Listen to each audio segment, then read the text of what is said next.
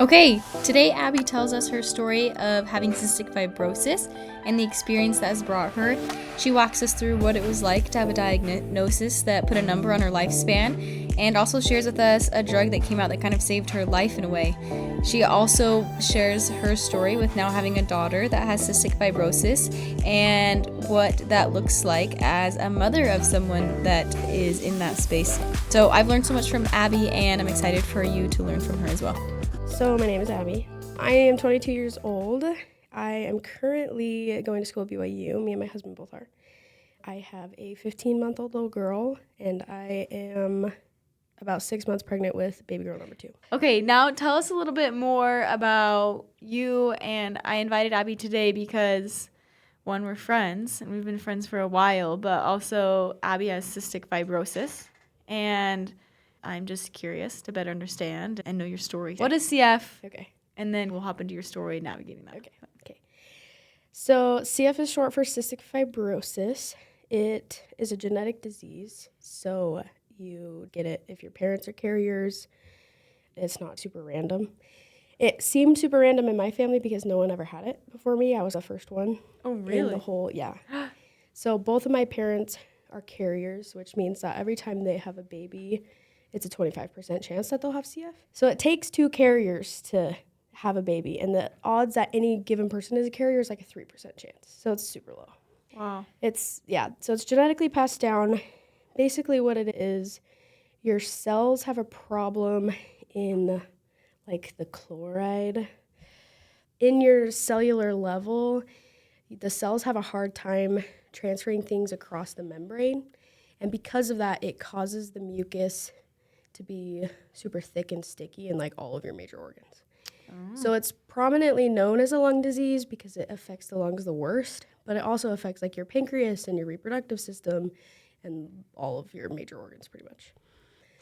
So when you were born, and just at the time you were born, what are your parents thinking? Oh, like she has a certain time to live. This is like the outlook on her life. What was it like when you were born? Yeah, so they had no idea what CF was. I was super, super sick when I was born. I would eat and eat and I wouldn't gain any weight. And the doctors had no idea what was going on. The pediatricians thought my parents were neglecting me, and they had to prove like everything that went into me and came out of me, and it was really scary for them. But when they finally figured it out, I was 3 months old, so it took them a while. But the life expectancy at that point was around like 32. Okay. So it was very much the conversation of, you have this child, she's going to die, she's probably not going to get married, she's probably not going to make it to college, because at that point her lungs are going to be so sick she's going to live in a hospital. Wow. Pretty much. Definitely a scary time for them. Yeah, and you're the first, right? Yeah, I'm the oldest. So, yeah, brutal for them. Yeah. Okay. So then how do things change? So they find out you're sick, and what does it require for them to help you? So basically on a daily basis for CF, because it affects your pancreas, that means you can't like digest food. So that's why I was eating so much and I was never gaining weight, because I wasn't digesting anything that I was being fed. So enzymes, every single time you eat food that contains like fat, you have to have enzymes to help you digest that food. You also have to do daily therapy treatments. That's basically you hook up when you're a little older, not when you're a baby, but around like 1, you can hook up to this vest that'll like shake up the mucus, and break it up. So before that though, they have like little cups, and you just have to pat them like in like on by their lungs and on their side and on their back. You just have to pat them like super gently to break up the mucus, But it's like inhalers and inhaled meds along with that to help break up the mucus. But that's pretty much just the daily stuff. Okay, so that's CF. That's CF. And now, like in today's world, do doctors do a check for that, like routinely? Like how do they know? Do they test before the baby's born? So you can test before a baby's born, but you have to do like an amnio, and that's super invasive, so a lot of people don't. But you'd only do that if you like both know that your carrier is in. Okay. Exactly. But it is on the newborn screening now. Oh, it is? So, okay. It's common enough that. Yeah, how common is it? I have no idea. I want to say 1 in 40,000, but that could be completely. My neighbor just had a baby, and he has CF. Okay. So, and then you have a baby. Yes, who also has CF. Yeah. So your husband's a carrier. He And did is. you know that? We did, yeah. We found out when we were engaged. Okay. Yeah, my parents bought him like a test for Christmas or something. Oh, okay. I was like, you should probably know this. And then, the only thing he was a carrier for was CF out of the 500 things that I tested for. Yeah, super unfortunate. Yeah. So does it increase chances because you have CF, or is it still just 25%? No, it's 50. 50. So the chance of your next baby having, okay, so that's pretty high. It's really freaking high, yeah. So none of your siblings have CF? I have one sister that has it. Okay. Yeah. My family, there's 4 biological and 5 adopted. So the adopted ones, obviously, they don't get the genetic things. But of the 4 biological, 2 of us have it. One of us is a carrier, and the other one doesn't. He's not even a carrier for it. He's got nothing. Yeah. Wow. Okay. Let's jump back in then. How has CF impacted your life? And you can start from early days, what you remember, and move from there. Okay, yeah. So my earliest memories of CF were obviously lots and lots of doctor appointments.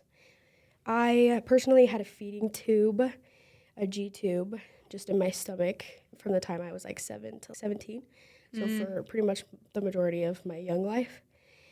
And that's mainly because with CF, you have to eat so much food to maintain a healthy body weight. So that way your lungs can be like the optimal health, basically.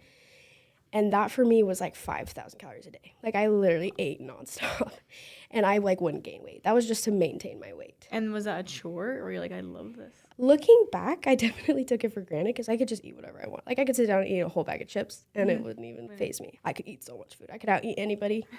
It was so nice in high school. I was in lots of competitions of who can eat more food, and I would always win. Always won. Yeah. So That's funny. I didn't know yeah, that. I ate a lot of food growing Explain what did you call it? A GI tube? up. A G tube? Yeah.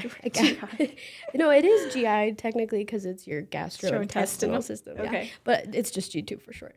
So what is that? Basically, Treat me like I'm an idiot. Yeah. So I basically just had a surgery where they just put a tube in your stomach. But It's you eat through your tube? I You ate would. through both. Okay. Yeah. So most of my calories came by mouth, but then every night I would hook up to that tube when I fell asleep, and it would give me like a bolus of 2,000 calories just straight in the belly. So I woke up every day so full. I hated breakfast my whole life because I was getting fed all night. Yeah. Yeah, basically the tube, it's just in your stomach. It started out as a long tube that was super annoying when I was in first grade, I think. And I just had a tube hanging out of my shirt all the time, and I couldn't do a lot because if it got pulled out, I'd have to have surgery again. So for those like 6 months, it was like, don't do anything. Be calm. And I was 7, and I was crazy, and I was like, no, I'm not going to be calm. I know, you're wild. Yeah, I actually found out and been diagnosed with ADHD since high school, which I don't know how I didn't figure that out sooner. Were you shocked, or was it? Not really. But I did go on meds, and it literally changed my life. I can't currently because it's pregnancy, but yeah, crazy. Wild times. So when you were this age, though, you're like, this is frustrating me because I want to play. Yeah. I have a tube in my stomach. I have a tube, yeah. And so it really was only long for 6 months, and then I got they call it like a button instead of a tube, and it's just super small. Okay. So I could do whatever I wanted with that. After that. Yeah. Okay. So yeah, ate basically out of my G tube just at night for extra calories, but I was always in doctor's appointments. Every 3 months with CF, you have to go to the doctor, basically, and they do every test on the board. You have to do PFTs, they're pulmonary function tests. They basically just measure how your lungs are doing. Okay. And those were like the big determinant of like how healthy you are pretty much as a CFer. And so you did that, you do blood work, they do chest x-rays like every 6 months. Because at any point, things could change. Yeah, you could get pneumonia, you could get so many problems in your lungs. Yeah, so any lung problems is way worse for someone with CF. Yeah, when COVID came, the CF world freaked out because they were like, don't leave your houses, like you're gonna die. This is so scary. And did you get COVID? No, I actually never did. Okay. Which I worked as a CNA in high school, so I was on like front line of COVID. Yeah. And never got it. Wow, that's amazing. Yeah, but I don't think anyone with CF that got COVID actually passed away. Okay. So it really CFers are strong. Wasn't that big of a deal. Okay. But yeah, basically any normal problem, like any flu, any common cold, if you get it with CF, because of the stickiness of the mucus in your lungs, if it gets in there, it just has a hard time getting out because it just gets stuck. And so that's why they get sick a lot more. And the PFT, the pulmonary function test, basically is just like the percentage of how good your lungs are doing. And if you get sick with CF, like it'll drop percentage-wise. And the reason CF can kill you so fast is because it doesn't ever go back up. Once you've lost volume in your lungs, it's extremely difficult to get it back. Okay. And so it just progressively gets worse and worse until you need like a lung transplant, and that usually only gives you like 5 years or so. And is that the natural progression for someone with CF? Yeah, pretty much. Lung transplant and then, And then they pass away, yeah. Okay, jumping back though, was there anyone else with CF in your world, like outside of maybe seeking it out, like in your school, in high school? I remember going into my freshman year and them just being like, there's one other girl, she has blue hair, stay away from her, basically. Oh. I never once saw her, never met her, don't know her name, don't know if she was real. I have no idea.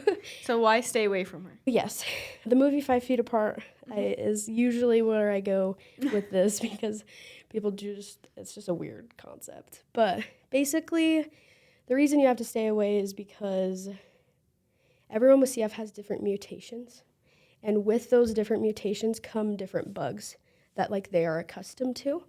And I could have a bug that I've had my whole life that my lungs can totally tolerate, and that's totally fine. I don't even have to be sick with it. It's just living in there. But if I give it to you and you're not accustomed to it, it would literally kill you. Okay. So you just have to stay away. The only reason me and my sister were fine was we had the same mutation. And so that's something you can test for. Yes. You just happen to know. Yeah. And we had the same like bugs in our lungs. Okay. And so it was fine for us to be together. And we grew up together. We did everything together. It's not like we came from two separate worlds and we're together. Yeah. And that's the same case with my daughter. Okay, that's what I was going to ask. Yeah, she actually has a different mutation than I do. But because we are going to be together our whole lives, we just are going to have the same bugs pretty much. Okay. So if you got the bug that she has, though, that's different. I can't get the mutation she has. That's the only part that's different. That's just like the genetic side of CF. Oh, okay. The most common mutation is called the Delta F508 or something.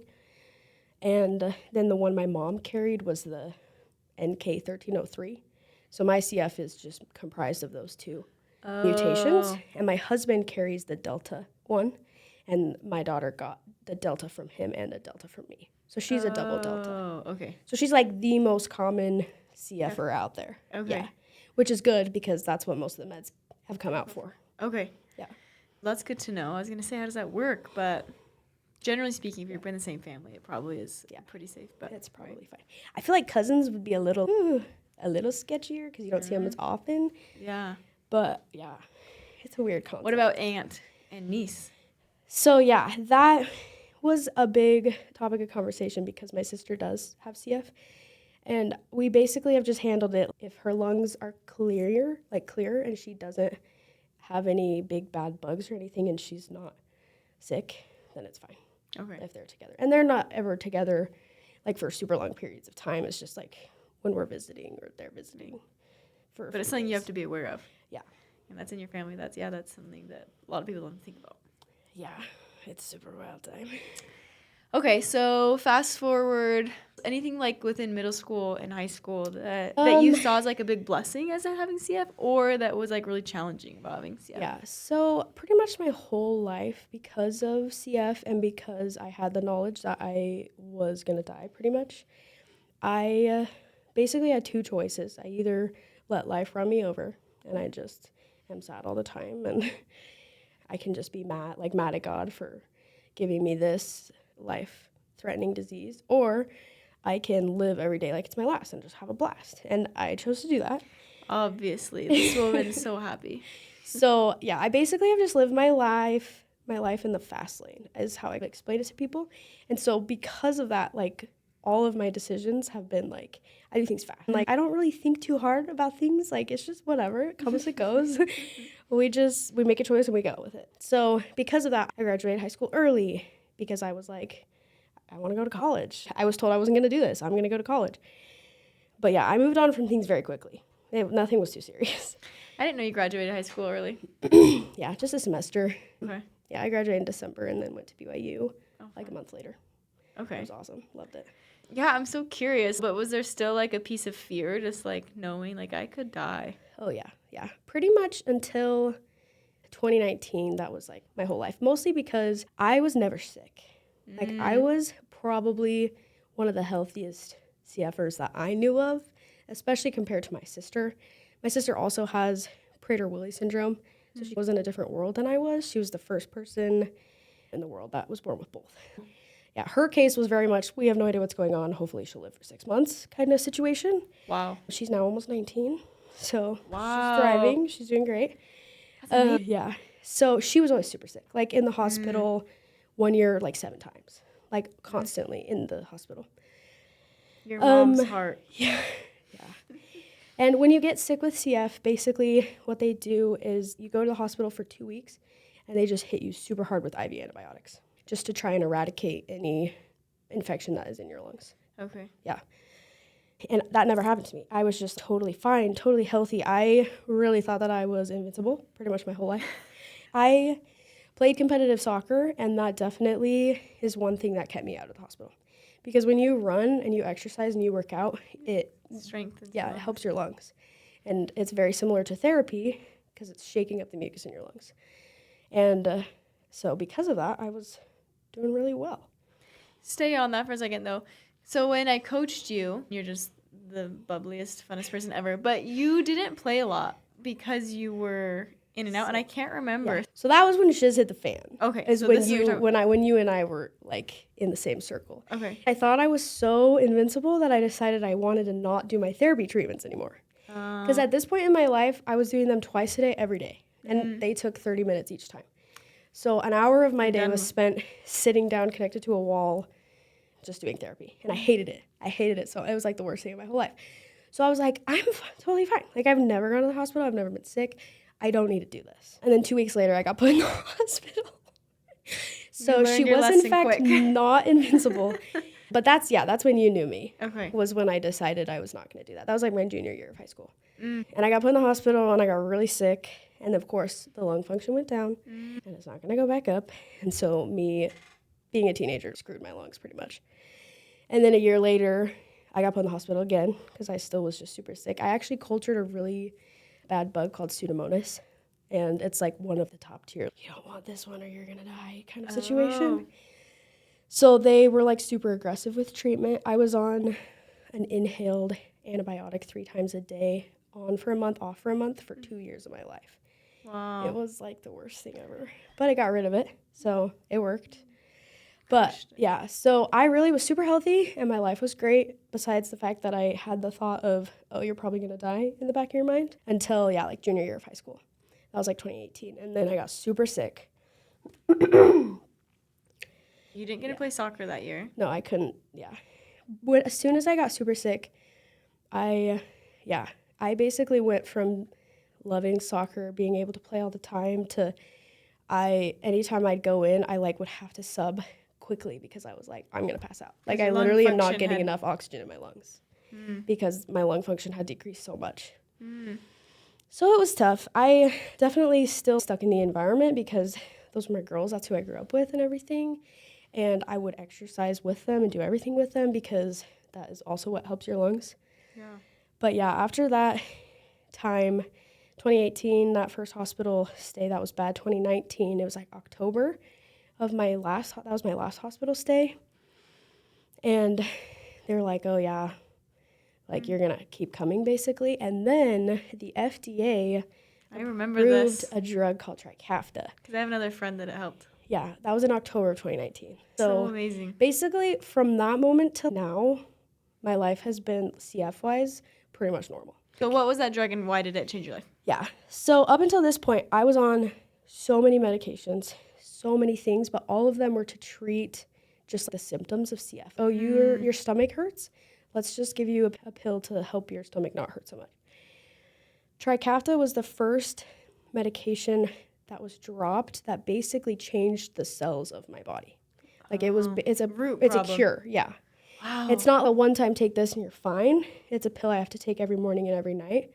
But it allows my cells to open up so mucus can pass through the membrane, which causes the mucus to not be thick and sticky anymore. Since having a baby, I have found out that they came up with that medication just for people that had 2 mutations of the Delta copy 5 years before that. But I didn't hear anything of it because I wasn't allowed to take it because I didn't have that mutation. Luckily, that's what my daughter has. Lila has that. And so she is on that medication because you can take that medication at 1 and Trikafta, you have to wait till you're 2. Oh, wow. Crazy. So I guess you didn't see yourself as a baby. I was going to say, how has that changed her life in comparison to yours? Yeah. Her life is going to be completely different. Everything about her life will be so different. Does she have to do like the treatment and stuff? Yeah. She has a little vest that she does, which is so cute. But yeah, since starting Trikafta, I haven't done my vest. Wow. At all. So you don't do your therapy anymore? I don't do my therapy, no. As soon as the drug came out, they were like, we're going to do test studies, are in the process to see like what things you can stop doing being on this med. But I had been told my whole life that there were cures that were being done and studies that were being done. And it took them almost 20 years of my life to actually have that come into fruition. And so I was like, I'm just going to do a test myself. Why can't I not do that? Yeah. And I got seen every 3 months. And so I was like, I'm just going to stop doing my therapy and do my pulmonary function test. And I'm going to come back in 3 months after doing no therapy. Yeah. And if it hasn't dropped, I'm never doing therapy again. And my lung function went up. Wow. In those 3 months of being on the med with no therapy. Really? So I've never done it. So your lung function went up? Yes. Basically, Trikafta, the model that it guaranteed was at least a 20% increase in lung volume, which I was down in like the 80s, so it brought me right back up to the hundreds. Really? Yeah. So I have perfect lungs. Yay. I remember in the first 4 days of being on the med, it took me, I want to say 2 months to get on the med just because of insurance purposes, because this med is $25,000 a month and insurance doesn't want to pay for it, obviously.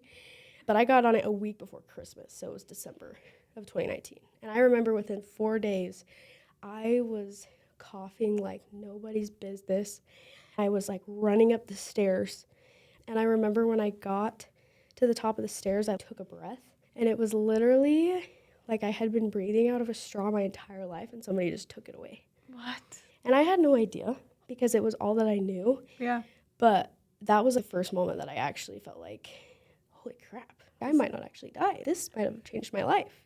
Oh my goodness. So it was quite a crazy time. It was a miracle drug for sure. It still is. I'm still on it. So moving forward, is it like they're like, okay, you'll just live a normal life now? Your life expectancy is the same, or do you still have something in the back of your head? I definitely don't. Okay. I'm definitely more, I'll be fine. Just mostly because it's people my age and my daughter who will be the ones that will set the life expectancy, just because there's no data. They don't know. Yeah, they have no idea. But you feel great. I feel phenomenal. So the only thing you do now is take that pill. I take that pill and I take the enzymes when I eat food. Okay. Just because my pancreas was so damaged in those 17 years that I still can't digest food very well. Every time you eat food, Yeah. you take an enzyme through pill. Yeah. Okay. So just you're out having a snack, you have to have these on you. Yeah. Which, before Trikafta, if I missed any enzymes, it was like the worst stomachache of my life. It was horrible. Now if I forget enzymes, it doesn't really, yeah. But I will, if I consistently don't take enzymes, I will lose a ton of weight.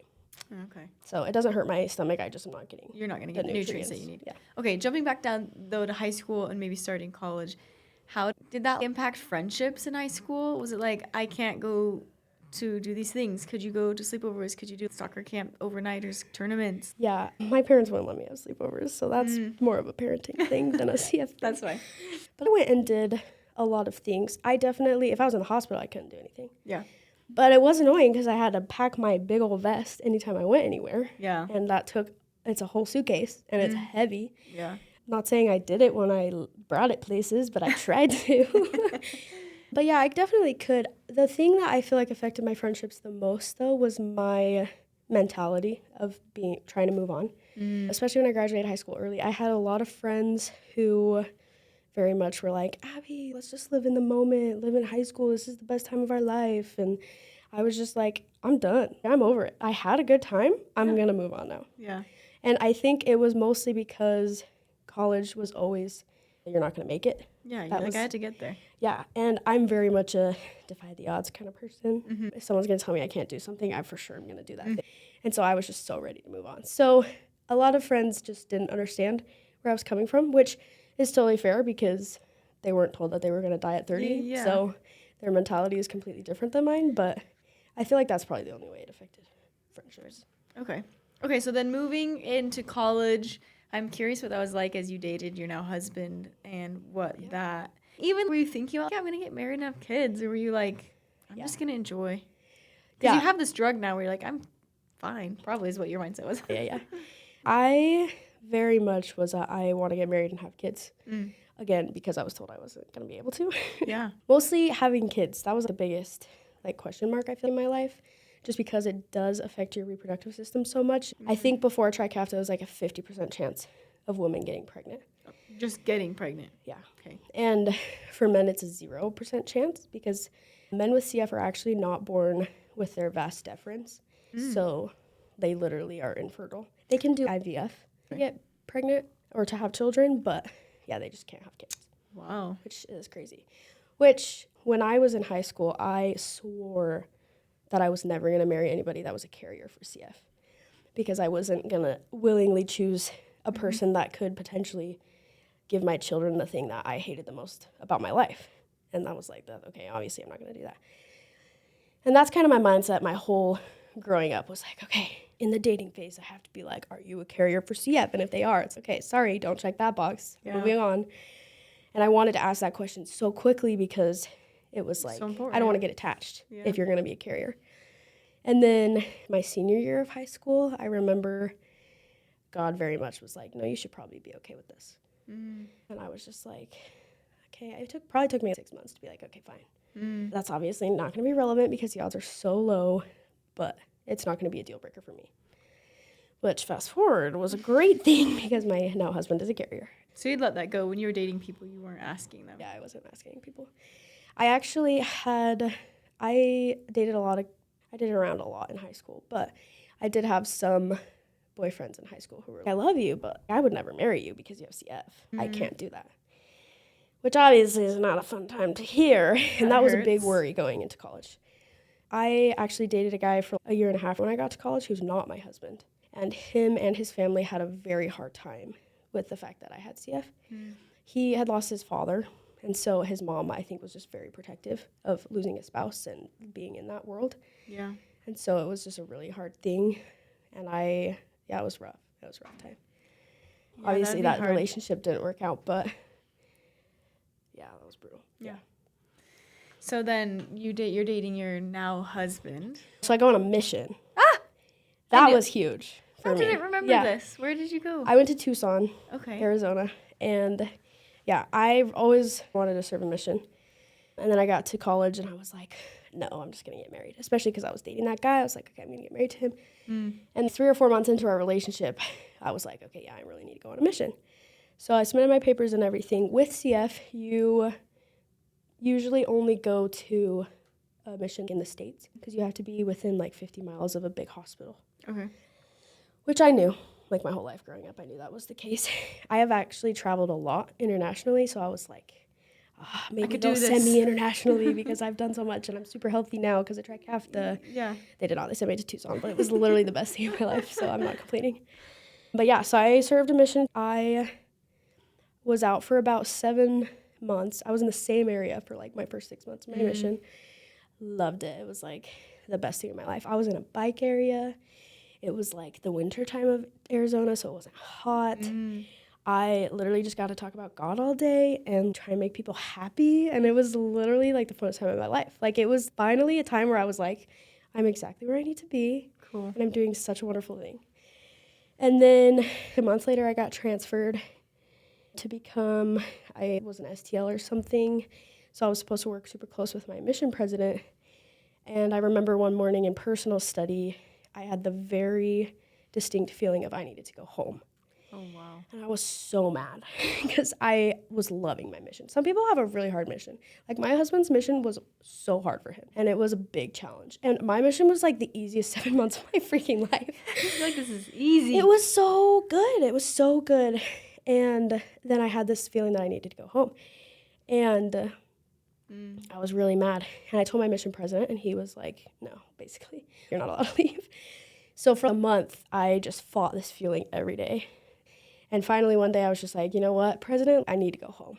So yeah, my mission president was not stoked with me. And he basically was just like, ultimately, it's your choice. But if you go home, like, you're breaking a covenant that you've made and you need to stay here. And he was throwing out every shot to keep me on my mission. Wow.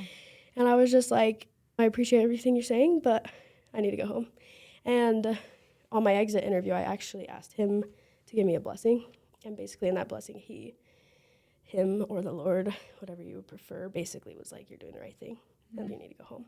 So I think that was a lot of closure for me, but also for him. Yeah. So yeah, I came home after 7 months of being on my mission with the full intent to get married to this guy. And after about a month of being home, I knew I was not going to marry this guy. Wow. And I was like, crap. What have I done? Why did I come home from my mission? I was so mad. So mad. Like, the mission was seriously just the best time of my life. I was so healthy. I was riding a bike miles and miles every day. So that was probably playing into it. But it was a great time. So I was super mad just at everything. At God, at myself. Why would I come home? And you came home and you're like, I want to marry you. And he was like, I'm not going to marry you. Or it just didn't play out like you thought it would. Yeah, I think we both realized as we got further into the relationship that we were not each other's person. Like, we didn't end on bad terms or anything, and it was just, it's not us. This isn't it. Yeah. Which was super hard because it was like, we're best friends at this point, and it's, okay, now I gotta go re-meet a person. I had known this guy my whole life. He was my cousin's best friend. So now I'm like, I gotta go meet another person, and I'm supposed to be on my mission. All my friends are on the mission, so it was really bad.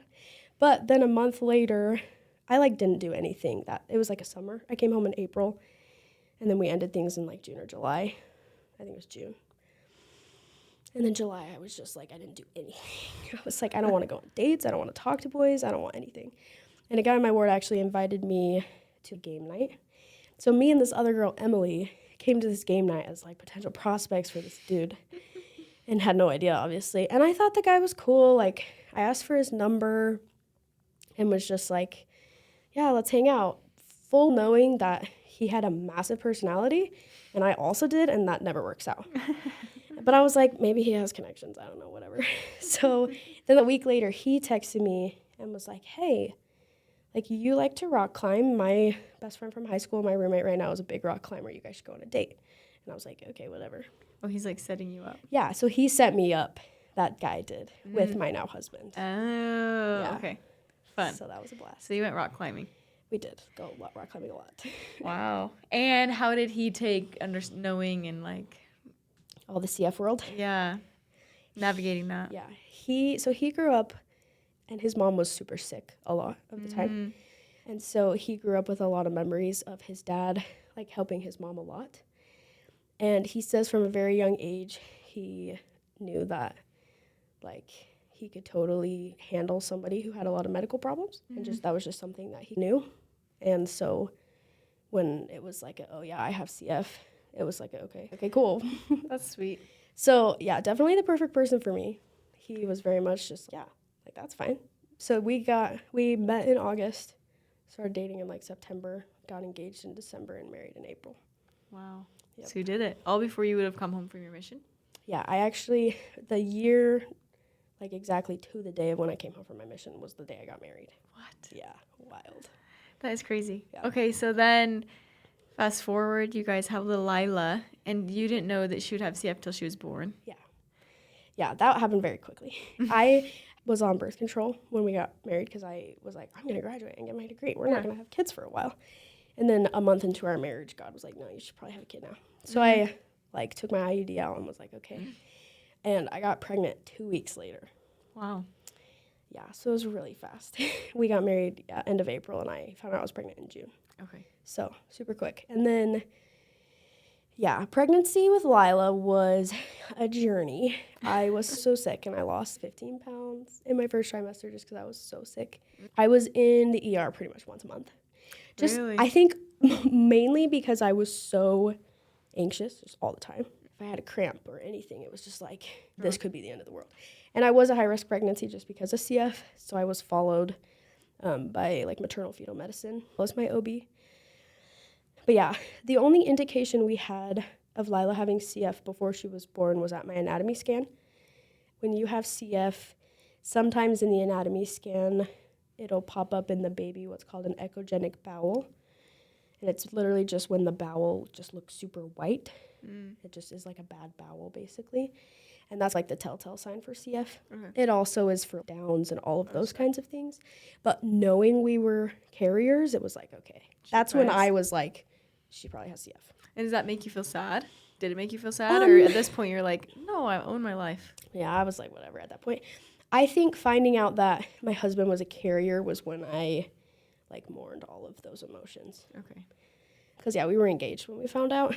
Lila was born, and so you've gotten over right. the point you've mourned the idea that your children could have CF. Yeah. But also the landscape looks really different. Yeah. It's not going to be as maybe traumatizing for her as it sounds like it maybe is for you. But you said it was the worst thing of your life. Yeah, It really was. It really was. It was really hard. But if you asked me if I would go back and make it different, I would not. Only the person I am today because of it. Yeah. Yeah. I really, knowing that modern medicine is a thing and knowing that she can start the drug that changed my life at 2 and I started at 17. Yeah, her body will be different. So different. How has that worked with insurance for her? So it's $25,000 a month? That's what Trikafta is. Or can be the one she's on. It's actually 30 grand a month. Oh, Yeah. okay. But we're poor. We have Medicaid. Okay. So we don't touch a dime. My husband doesn't graduate for another year, so we at least have two But more. that's something you have to think about. No, you have to. That's a big part of what you're doing. My parents had to have the best medical insurance always because medical bills for CF are literally so high. And knowing that Brendan came from a family of like never going to the hospital, never doing anything. I came from a family of, we met our deductible on January 2nd. Yeah. I refilled one box of my Pulmozyme and it was $8,000. Yeah. So yeah, it was a very different. But yeah, you have to have incredible health insurance in this crazy time. Yeah. Wow, that is wild that it is that expensive. Yeah, it's bad. It's Okay. super bad. So tell us a little bit about Lila being born, what you navigated, because I just saw on Instagram that she also had a wild run, and then we'll get into some other questions. Okay.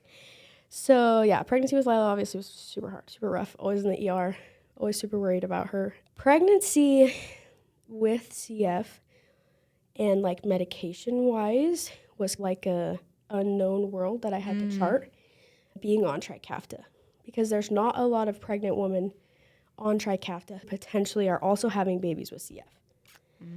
And I had a lot of mixed reviews from doctors or pharmacists on whether or not I should be taking Trikafta while I'm pregnant. The company, Vertex, that released the drug is, if you're pregnant, absolutely stop taking this med. But there have been case studies of how the med has been helpful, like in utero for the baby. And through breast milk postpartum. Okay. So I was actually in a study called the Mayflower study that was for pregnant women taking the drug who potentially had kids with CF. So I had a pretty solid legal reason to be taking the drug, so that was definitely good. But yeah, one case study showed that a mother who was having a CF boy, at his anatomy scan, it showed that he didn't have his vas deferens. And then mom was on Trikafta the rest of the pregnancy, and he actually was born with his vas deferens. Game changer, this drug is for in utero, like incredible things. Wow. Lila had the echogenic bowel at my 20-week anatomy scan, and by 24 weeks, it was completely gone. Really? Yeah. People are cool. Yeah, super crazy.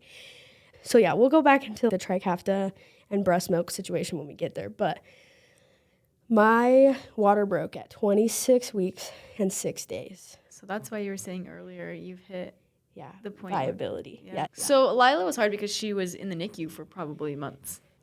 She was there for 17 weeks, 17. 113 days or something. So my water broke at 26 weeks. I went to the ER. I went to labor and delivery and was just like, I'm pretty sure my water broke.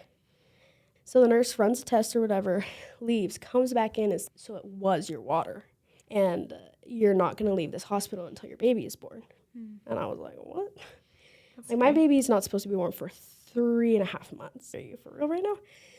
So pretty much the main concern when your water breaks is infection. Yeah. Okay, we're just going to be in this hospital for a long time. Yeah. Which is, okay, I've spent my whole life in hospitals. Yeah. My whole life. So this was nothing new to me. I'm like, okay, buckle up. Like, here we are. My husband had never been in a hospital pretty much ever. What is this place? So what is going on? But yeah, I was only in hospital for a week before Lila was born. Okay. My water broke on a Sunday, and the following Monday is when she was born. And the only reason she was born is because about 2 or 3 days before, I was just in a lot of pain. Like, to touch my stomach hurt a ton. But I never had a fever or anything up until that point, and my white blood cell count looked really good. And then Sunday night, so a week after my water broke in, I all of a sudden had a fever. And the nurse, like, took my blood, and my white blood cells had gone up a ton. And the nurses at the labor and delivery at Temp are literally, like, our best friends because we saw them, like, every day for a week. And they're incredible. And that nurse came in and was just like, hey, I have seen this before, obviously, and I think there's a 98% chance you're having your baby tomorrow. Yeah, she was born at 28 weeks. Exactly 3 months early. She was 2 pounds, 8 ounces. Oh my gosh. Can you believe they can do that? Until we brought her home from the hospital, I thought she was going to die every day. Every single day. Which, coming home from the NICU, I told my husband that, and he was like, really? And I was like, yeah, did you not? And he was like, no. He was like, the second that she came out and I heard her cry, I knew she was going to live. So bummed we never talked about that in the NICU because it probably would have made it a lot easier for me. But, yeah, no. It was so crazy. I actually brought a diaper so you can see I do. what it looks like. Yeah. This is my hand for reference. And this was big on her. This was big. So, yeah. So tiny. You can look at this. And she's not on oxygen.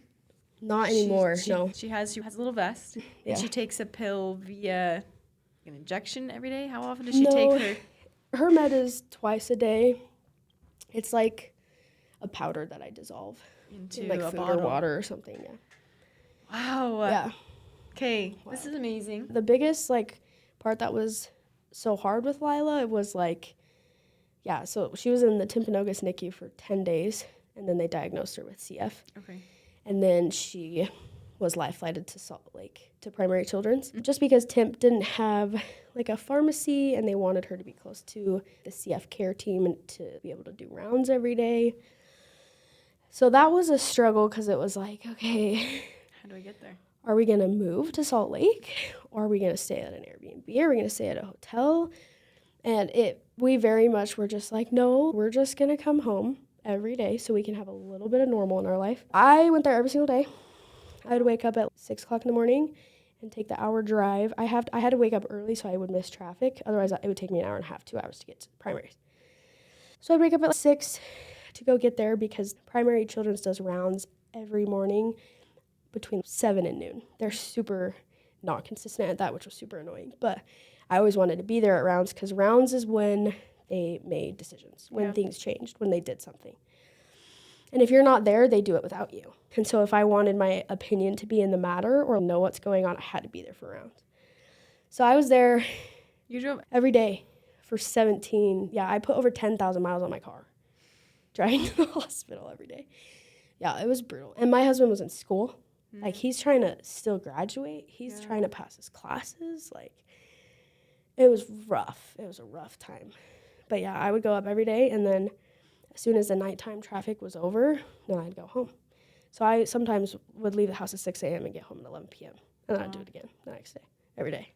Because what else am I going to do? You had a C-section, though. So when did you start? Did you have a pretty easy recovery, or I'm just sitting at the hospital and driving, so it's fine? Yeah, so I technically was not allowed to drive for 2 weeks because you're usually on pain meds for 2 weeks. So I stopped taking my pain meds.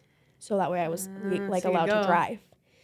So recovery, it was pretty fine. She was super small. Yeah. But it is a major abdominal surgery, and so it's okay.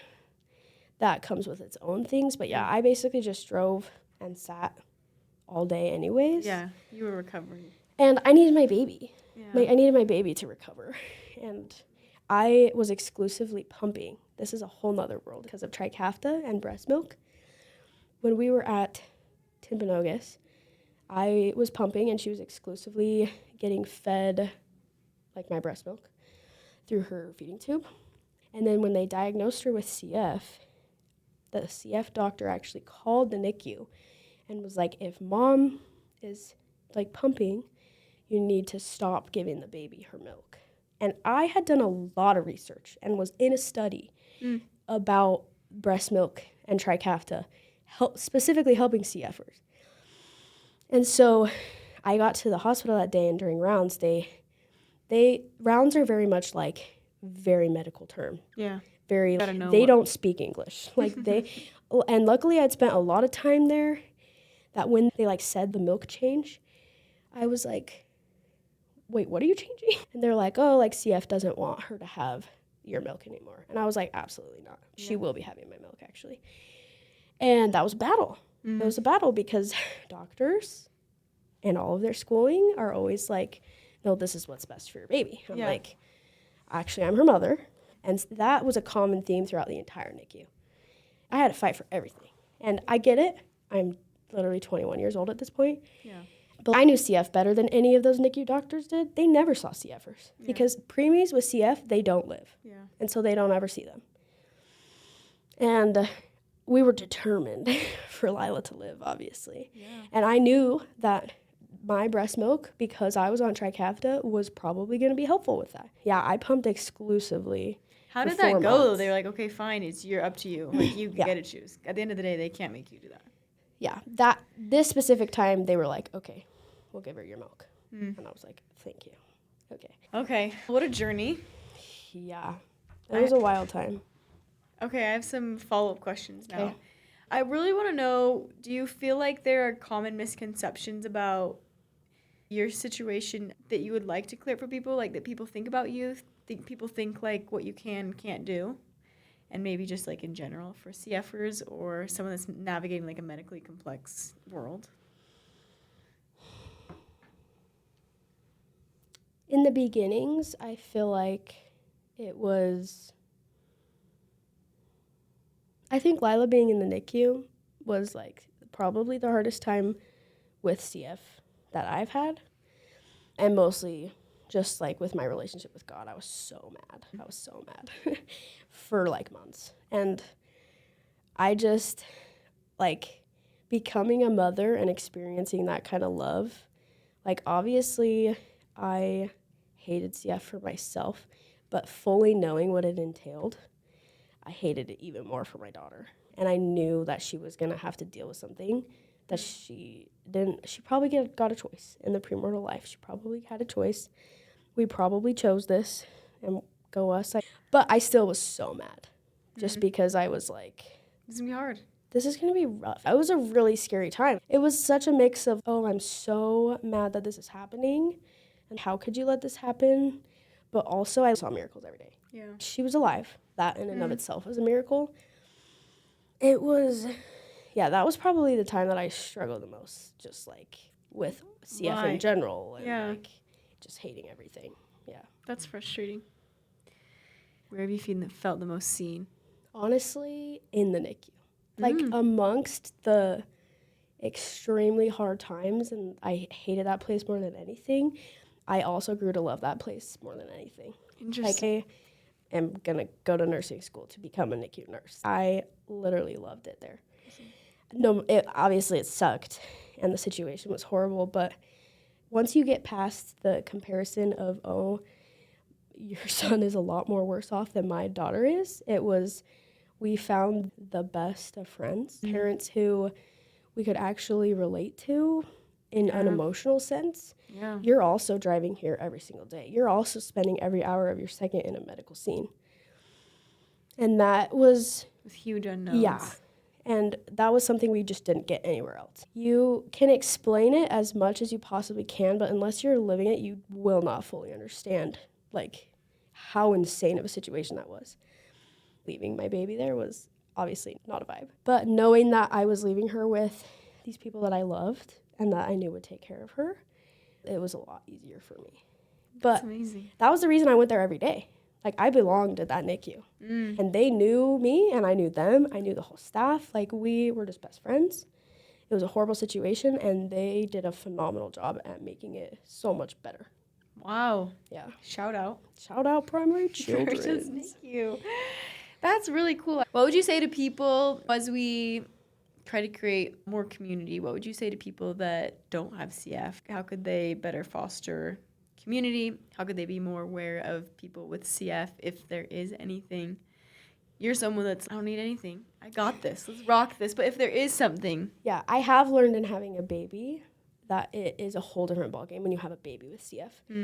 And I think the biggest thing that has become relevant is if you are sick, please stay away. Especially in the young phase. Like, I never did newborn phase. I haven't done it. I will for the first time this pregnancy. Yeah. Because Lila came home when she was 4 months old. She was already sleeping through the night. Like, she was a big girl. Wonderful. Yeah, it was awesome for us. But some people just don't understand that. Like, a common cold, It's a big deal. it could literally kill my child. And yeah, I think being aware, if you're in public places and you are sick, wash your hands. Yeah. Cover when you cough. Like, those kinds of things, they're super, super easy, super common. But it helps people who have life-threatening diseases because they could get what you are sniffling at and could put them in the hospital. I do think that's one thing that is super helpful. That's something I think It's not is something important. people think about. Yeah. Yeah. A lot of people go to school sick. That's why you get so sick at schools. Yeah. People, especially parents, they send their young kids to school sick all the time. Yeah. I need to be better at this. This is a shout out to me. Like, missing one day of school is not going to be the end of the world. Yeah. But it could send somebody else to the hospital. Yeah. So, yeah, that's a big thing. Okay. But also, if it's to an extreme, like if my sister was super, super sick, like she just wouldn't go to school. Yeah. And at that point, it's okay. Yeah. But definitely balance. Yeah. No, that's a good thing. I need to be better at that. You want to guess what our hospital bill was? No, I do want you to tell us though. Guess. Okay. Wild guess. We were there for 113 days. Was she was life flighted. Okay, that I know Yes. what that costs because my nephew just was life flighted. Yes. That's wild. Yeah. And she had 2 surgeries while she was in the NICU. Okay. Those are like the main things. I'm always the wrong person to ask for this. 500,000. $1.6 million. Are you serious? Dead serious. Yeah. See, that's a huge thing that I don't understand. I think most people that don't have anyone like navigating the hospital world understand is how expensive it is. That could drain you. You're in a situation that your parents have really good insurance and you're on Medicaid and it's not destroying you. But for people that aren't in that space, like that is. Once you reach a certain threshold, I don't know what it is, but I'm assuming it's around $1 million, the government kind of just gets rid of it. And if I remember correctly, I don't know if this is the same for Lila, but would she be considered like she has disability and so she's on disability? While she was in the NICU, yes. Okay. So, like, you can get the disability stipend, but the government makes it so hard to get any of that. Oh, really? Yeah, I actually filled it out for her. It took me like 7 hours to fill out all the paperwork because it's like, list all the x-rays. How many doctors has she seen? And at this point, she's had 80 x-rays, one every day, and she's seen over 300 doctors. Like, I can't list all of them. Yeah. So they make it really hard for you to get on disability, but that is a big thing for NICU parents. If you can get on disability, they will just send you a stipend while your baby's in the NICU. Okay. That's 10 out of 10. Any NICU baby. Okay.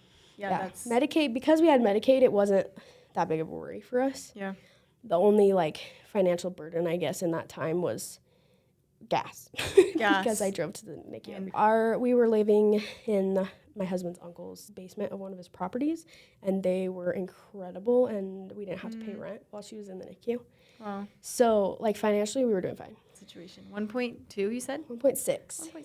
Yeah, 1.6. One day, just for a level 3 care, so not even the highest, was $11,000. Just a day, just to be there. If I remember correctly, my sister-in-law said their life flight was $130,000. Sheesh, ours was only 35 grand. Oh. So ours was, where did they go from, though? That probably plays a huge difference. Temp? They were, Yeah. that's why. But also, like, the way people bill or do insurance It's stuff different is, every time. Yeah, so who I knows? actually asked for the itemized statement because of that, because I wanted to see if there were any, like, discrepancies between things everywhere. The part that triggered me the most about this, we're not even paying for it, so it's okay. But I know other people do, and I know in the future, if she gets in a hospital, I will have to pay for it. And her therapy treatment, so they would come in and do the little thing on her, they only did it 4 times a day. And the days that I was there, I did it without their help. They did not do it with me. They came and sat in the room, the RTs did. I did it 100% by myself. They charged the same for it every day, even if I was there doing it. And it was like $800. Wow. I was like, You're like, I did that. Actually, you did nothing. don't charge this. Yeah. I That's definitely have learned frustrating. a lot about charging things. So many ups and downs. You're amazing. I think it's so helpful just like you said, there's just so many things that I don't have to think about. And I think as like we try and support the people in our community just our brothers and sisters, like, to be aware of those things. And even something as simple as not sending my child to school or to church or whatever it is, with something like that, to be aware of it. Because I think a lot of people are like, oh, you're overreacting. Like during COVID, maybe a lot of people like that, especially they're immunocompromised. I think it was really easy for people to be like, oh, you're overreacting. But for you, it is like a matter of life and death. Yeah. And it's not for me, so I don't think that it is. But like for me to at least take one step and listen and say, okay, it is for you. I'll take an extra step to take care of someone I care about. So Yeah, and it's just all about knowing your surroundings. Like obviously, if you know that you're around someone that has CF, yeah, please do that. truth. But if you're around people who you know their health and you know how they are, like you can just do whatever. Yeah, but like public spaces aren't like that. You don't know who's there. You never know in public. Yeah.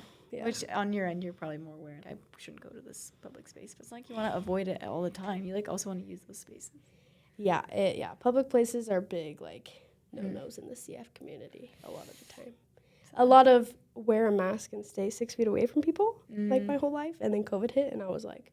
Been doing this. Yeah, I know how to do this. You're amazing. Thanks for being here. Of course. You're the cutest ever. I'm Thanks excited for me. baby number 2. Me too. I can't wait. I think one of the biggest things I took away from my conversation with Abby is to be kind. We all just live really different lives, and you never really know what someone is going through. Sometimes you can tell from their outward appearance, but a lot of times you can't. You don't know what someone's going through, and so just the reminder to be kind. I'm grateful for Abby's positive attitude and outlook, and she reminds me that our circumstances don't need to define us. I'm just grateful for her example and want to be more like her and think we all can be a little bit more like her.